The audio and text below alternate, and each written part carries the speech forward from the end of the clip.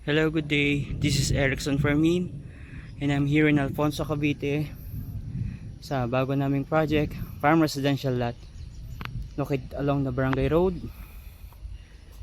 walking distance to Tagaytay Nasugbu National Road, and few minutes drive from Twin Lakes, Tagaytay.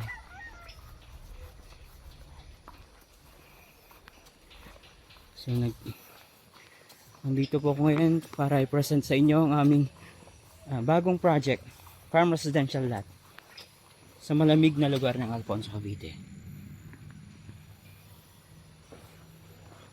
Yan. I-develop po siya or lalagyan ng development sa loob, pero hindi siya magiging subdivision. Ang development turnover po ay 2-lane cemented road, proper drainage, and provision for water and electricity lines. Yan. Para sa mga naghahanap po ng property sa malamig na lugar at legit na nagpapag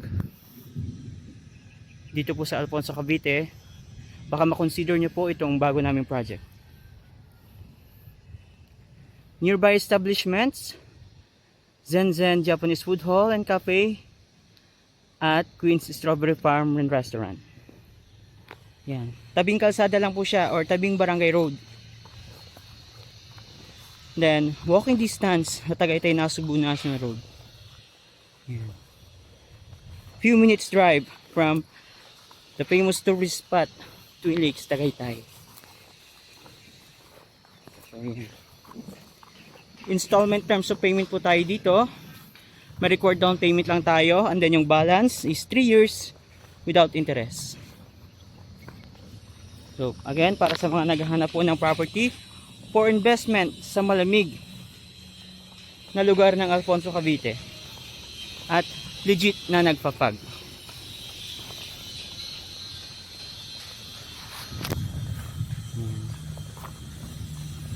No restrictions po tayo dito sa ipapatayong bahay. Bungalow, 2-story or any design is allowed, or kahit kubo lang. Yan. Then ang development turnover sa loob ay cemented road, 2 lanes po yun, proper drainage, and provision for water and electricity lines. Again, para po sa mga naghahanap ng legit cold and foggy weather, Tagaytay climate like here in Alfonso, Cavite. Message nyo lang po ako sa mga gustong makita or mabisit yung mismong location. Free tripping po kami everyday. Talagyan siya ng development sa loob, guys, pero hindi siya magiging subdivision. Kasi pag maulan, sasementohin yung tubig ay yung kalsada para hindi maputik. Nalagyan din ng proper drainage para hindi stagnant yung tubig, at sa seller na rin po ang maglalagay ng provision for water and electricity lines. Individual na lang po ang pagpapakabit.